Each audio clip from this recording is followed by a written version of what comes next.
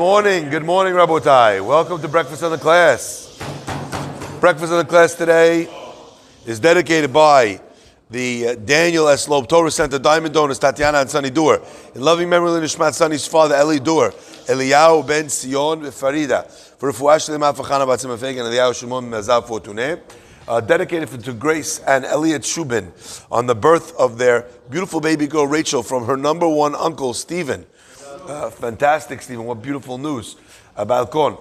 Breakfast and class dedicated loving memory of Nishmat Dariush Zare, Eliyahu ben Ezra and Miriam, Alav Shalom, who held tight core Jewish values around kindness and approached the world with open arms to all who needed it. Ashrei Chelkav, Bezat Hashem shall rise mala mala, Bishmesh Mekedem. Breakfast on the class for this year is dedicated loving memory of Nishmat Ruth Bat Adela Orfali, Aleh Shalom, sponsored by her family. Also, dedicated by Rob Lavi to his Kala Ma'ayan, his wellspring of joy and love. May your future overflow with all the berachot as the name you so beautifully carry. Also, dedicated Leinu Nishmat. See if I can find it here.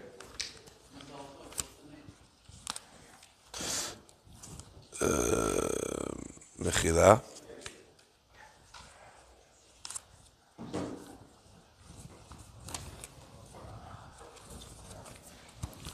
Not sure where the extra paper went.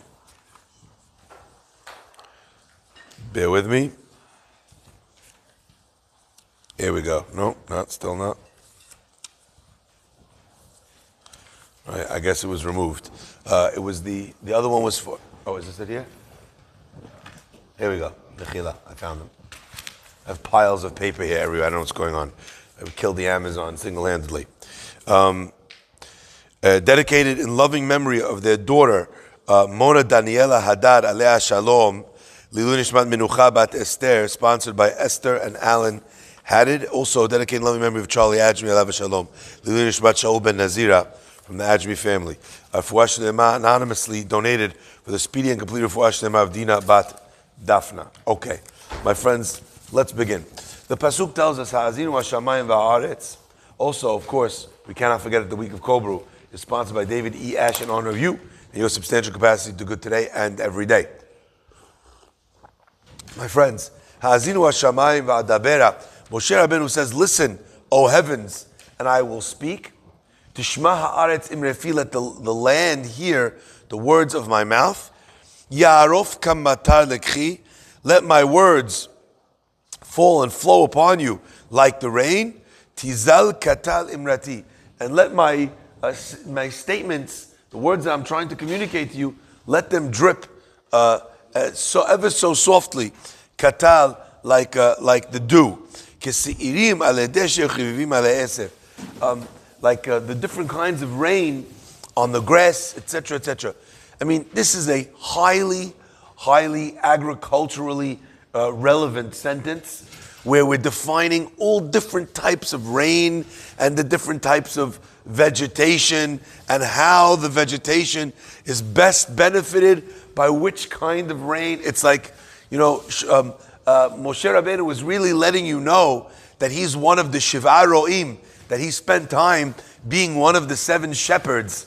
We know that the 7 of the great leaders of the Jewish people were shepherds, and they spent time tending sheep. So they had a molecular, a very kind of basic and down-to-earth understanding of how the systems of rain and vegetation worked. And Moshe is using that or employing those words here in the mashal of his words falling upon the Jewish people.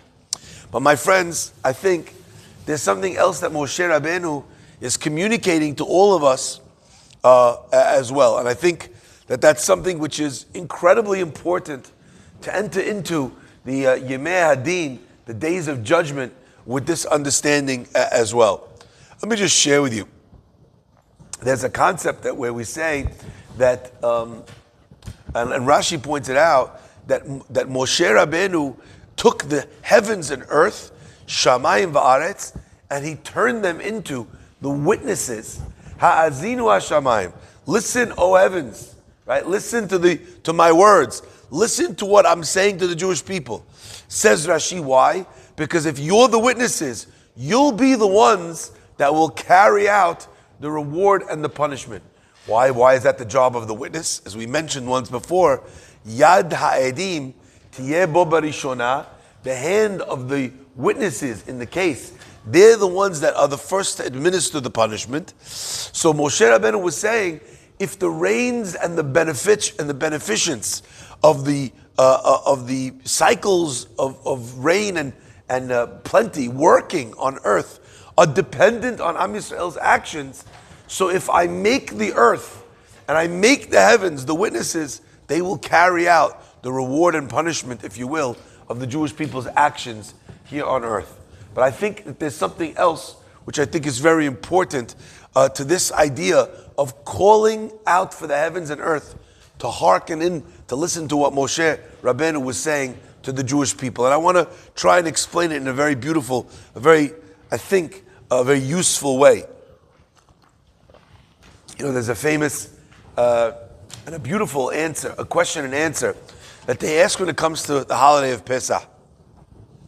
The custom is that when a person, after they look for the hametz, so they find all the hametz. They used to use a feather and a spoon and a plate, and they would find the crumbs and they would put it on their plate.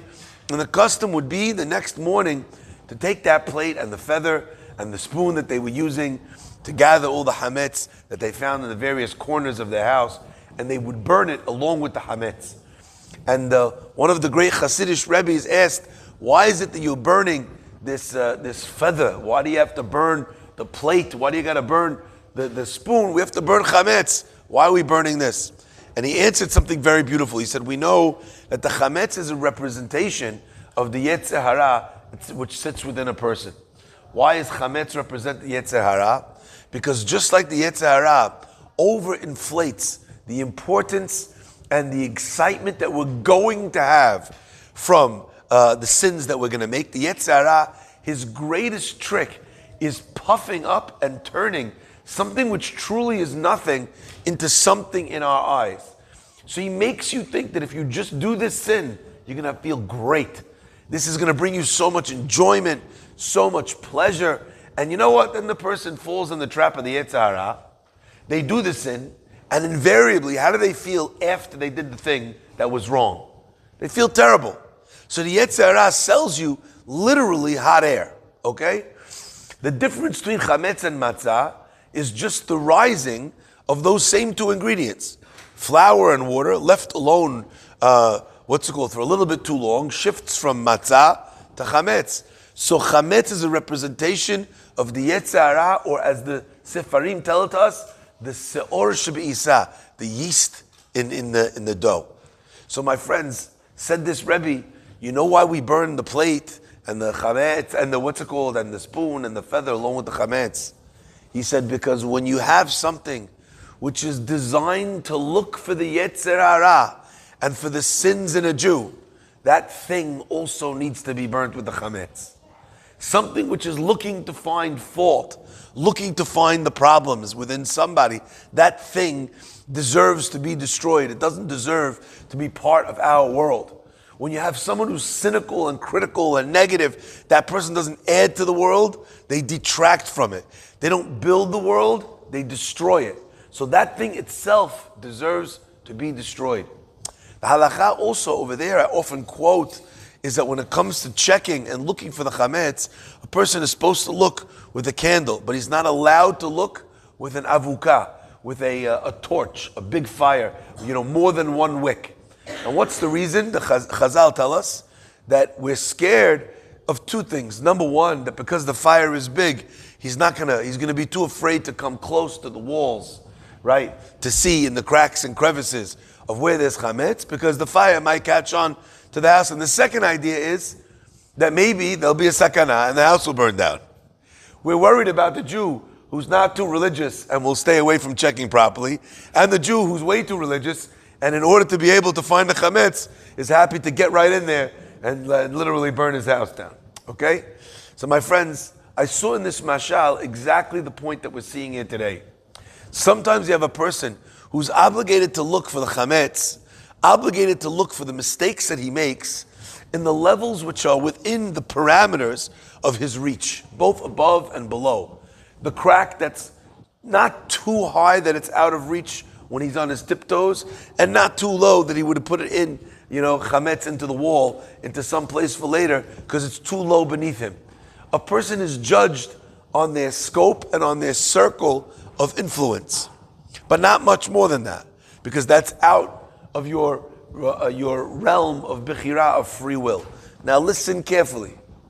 You have people who are so busy looking for what they've done wrong, they're so critical of themselves, they feel so down and so upset with what they found, that instead of this candle being something that helps them find problems, this fire becomes something that takes the entire house down and burns everything together, throwing out the baby, like they say, with the bathwater. Moshe Rabbeinu says, Am Yisrael, I need to give you some musar now, but I want you to understand, there's all different kinds of rain. There's rain which is the softest, the lightest. What's the softest moisture that nature gives its plants? Dew, where it's barely even felt. I mean, I don't know if you're ever outside, when in the early hours of the morning, when the dew is descending, you don't feel drops of rain. You just feel moisture in the air, but you can't actually identify even one drop. It's something that happens and you're not even aware of it, even if you're present when it's coming down. It just feels like it's a little bit more humid, if you will. But you're not feeling something descending like raindrops. Then you have drizzling. In England, they have the best word for, when it's just kind of little, they call it spitting. Right? Which is, again, also somewhat gross. But, right? It's very, very gentle. And then there's sometimes rain, which is required for a plant or a tree, that moisture given by dew or a light drizzle is not going to be enough. It needs a heavy downpour. It needs the earth to be saturated deep down where it's gotten so dry and petrified that if you don't have so much rain pouring down on it, then actually, it's really nice and gentle on the surface, but the tree's going to die. Moshe Rabbeinu says, Haazinu hashamayim va'aretz. I want you, Am Yisrael, to listen to what I have to say. And I want it to fall, my words, kamatar lekhi, like the lessons I'm giving you should fall like rain. Tizal katal imrati, but some of it should come like dew. Which words should come like dew? Which lesson should come like rain? What should be kiseirim ale deshe? What should be kirvivim? Right? By the way, Revav was also spitting, which is hilarious. Revav al bigdo. Right? So if that's the case, how do we know what of Moshe should be what? And the answer is that Moshe is communicating to the Jewish people, I want you to take from my words what will work for you. I want you to take from my words what will work for you. And how does Moshe Rabbeinu drive this point home to Am Yisrael? He says, Haazinu hashamayim va'adabera, v'tishma ha'aretz imrefi. We're talking now about rain. But what's fascinating about the earth and sky phenomenon is that the rain that comes down to earth winds up then rising in the heat back into the heavens, creating the clouds over the oceans, which then continue winding up, producing rain back for the earth. So there's this cycle of rain that comes forward and back, from heaven to earth, from earth to heaven, from heaven to earth, and on and on and on. Moshe says to Am Yisrael, you guys, I'm going to give you rebuke. Not all of it is going to be easy. You know what you can handle and draw in. But when the earth has been saturated by too much water, what happens to the extra rain that comes to a saturated ground? It sits on the top, and that's when you have flooding. That's when you go out to your lawn and you just see this much water on top of the grass. The earth decides what it will push back based on what it can take in.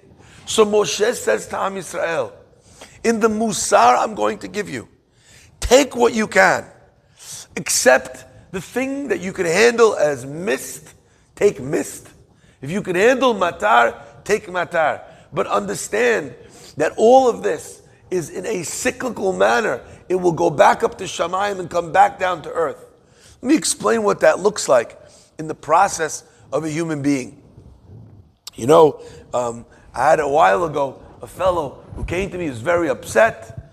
You know, he wanted to talk to me, and he said, and I sent you a WhatsApp message, and you didn't respond. I don't know why you didn't respond, and and you don't think that my problems are important. I said, sorry, who are you? I wasn't saying, who do you think you are? God forbid, I would never say that. I said, who are you? I don't know who you are. And then I took out my phone and I showed him that I had in WhatsApp 1,740 unread messages. I said, I want you to understand, I didn't ignore you. I didn't see you. I don't know who you are. I got a number from some, without even saved anything. The guy, he started laughing. He says, I'm so sorry. He says, I forgot. We've never met. I felt like I was in the Twilight Zone, by the way. You know when you're like, is this happening? Am I drunk? Like, am I asleep? What is happening? And the guy says, I've been listening to your class now for 4 years straight. He says, and sometimes I forget that while I know you so well, and I listen to you every day, and I have your voice in my mind, you don't know me at all. You've never met me. Like he couldn't fathom that I didn't have his number saved in my phone with his name. But we'd never met. He'd never called me. He was never here. But because he felt he had that relationship, so he was angry, he was upset, he was hurt that I hadn't read and responded. I didn't even see, I didn't ignore the message, I didn't even see it. I try and get it through as much as I can, but oftentimes I just don't see it. It gets buried under a pile of red notifications that I try to get to. However, what I want to point out is that whether or not that slight was intended, it was felt, right? Whether or not I saw it, didn't see it, answered, didn't answer, it was felt by the person. For him, he felt that I was ignoring him. And I learned a beautiful lesson from this.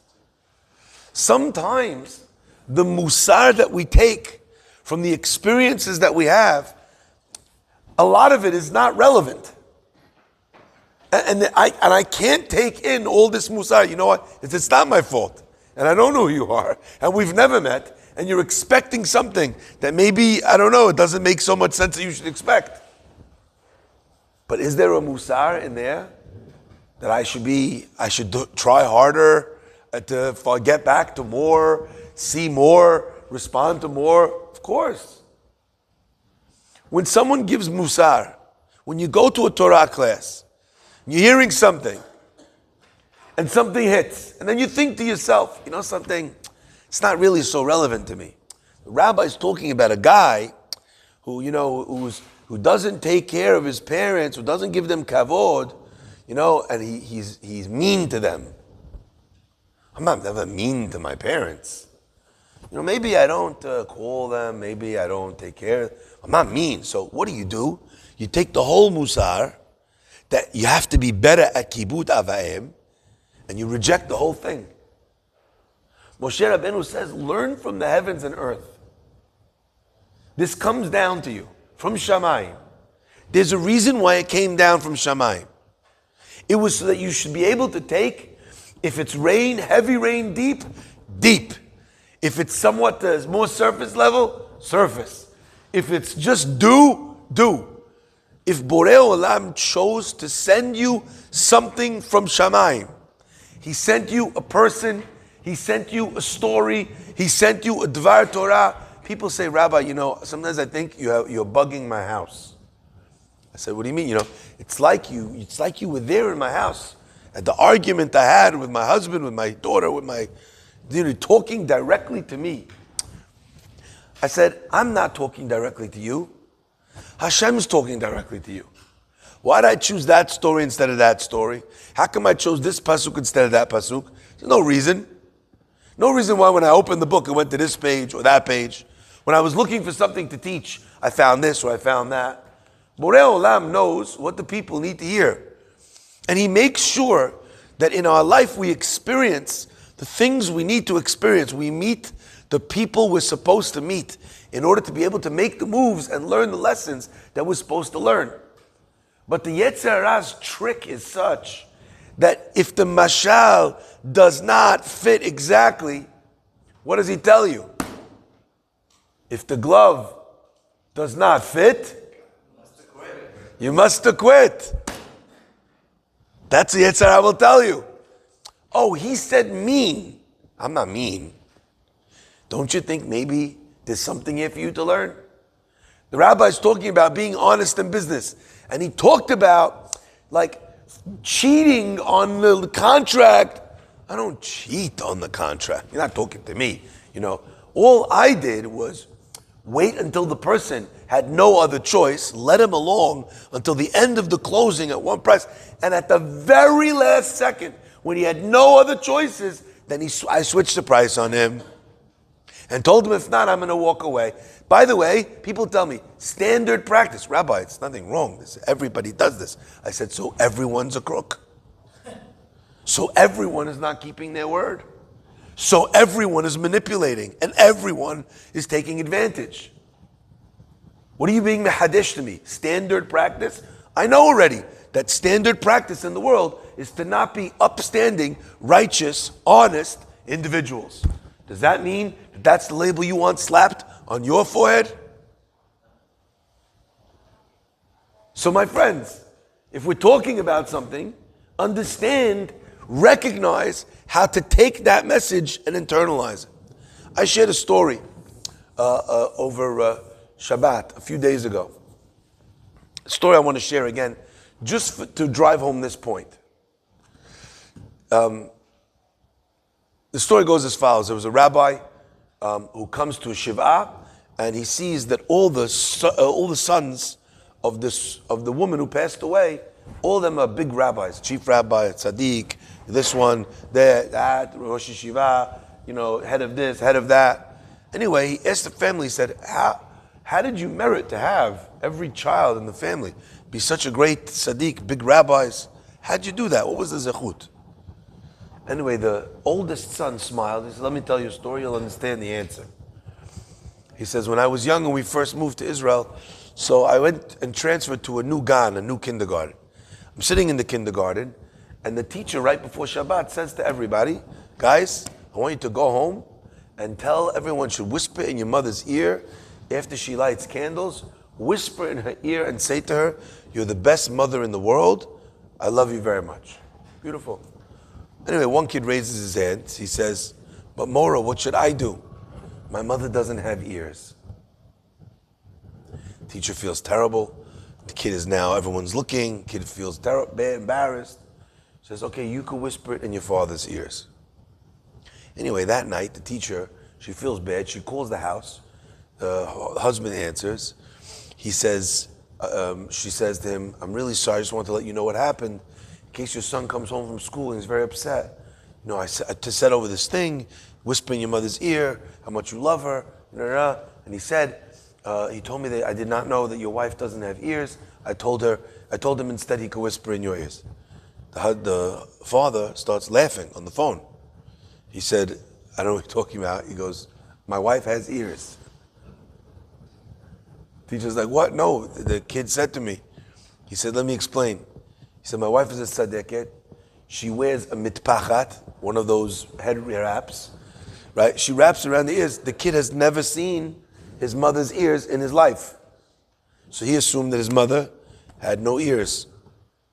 So this man said to the rabbi, he said, the Gemara tells us that Kimchit, a woman, merited to have children that were Kohanim Gedolim. Why? Because the walls of her home never saw her hair. So he said, my mother also her hair was always covered to the point that her ears were covered. I didn't even think she had ears. And that was how she was zocheh. Now imagine you're hearing a story like this. Imagine you're a woman. You're thinking to yourself, that's insane. I'm not doing that. This story is not relevant to me. That's the takeaway? That's the takeaway? That if you're not going to cover your ears and your kids don't think you have ears, and that's the takeaway? The takeaway is tzniut. So whatever that means for you, whether that means covering your hair, whether it means covering your hair more, whether it means wearing more modest clothing, the takeaway home is look at how tzanua someone was. It's a beautiful thing.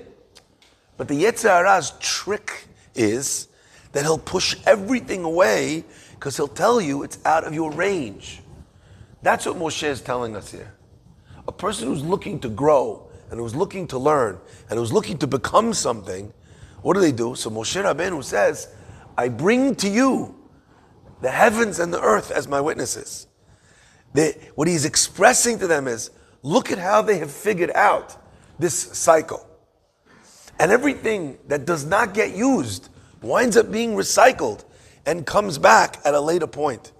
You might not be holding by taking the full musar and lesson that this life experience is giving you at this moment. Maybe all you could take is this much, but you know what happens? The rest of it rises to Shamayim and then comes back again. And at a later point in your life, you'll be able to do this. I remember hearing this so many times from people. People will tell you, my father always said, my grandfather always said, and I never understood until now. I never knew what my mother meant until now. And now I'm finally realizing. Moshe Rabbeinu is hoping, and I think all of us also, in the experience of life and the experience of learning, we all need to be able to bring that level of understanding of maturity to the process of self-betterment, to understand that although the whole thing is not possible for me, a piece of it is. And like my grandpa used to say, how do you eat an elephant? One bite at a time. Baruch Adonai Le'olam. Amen ve'amen. Rabbi Chananya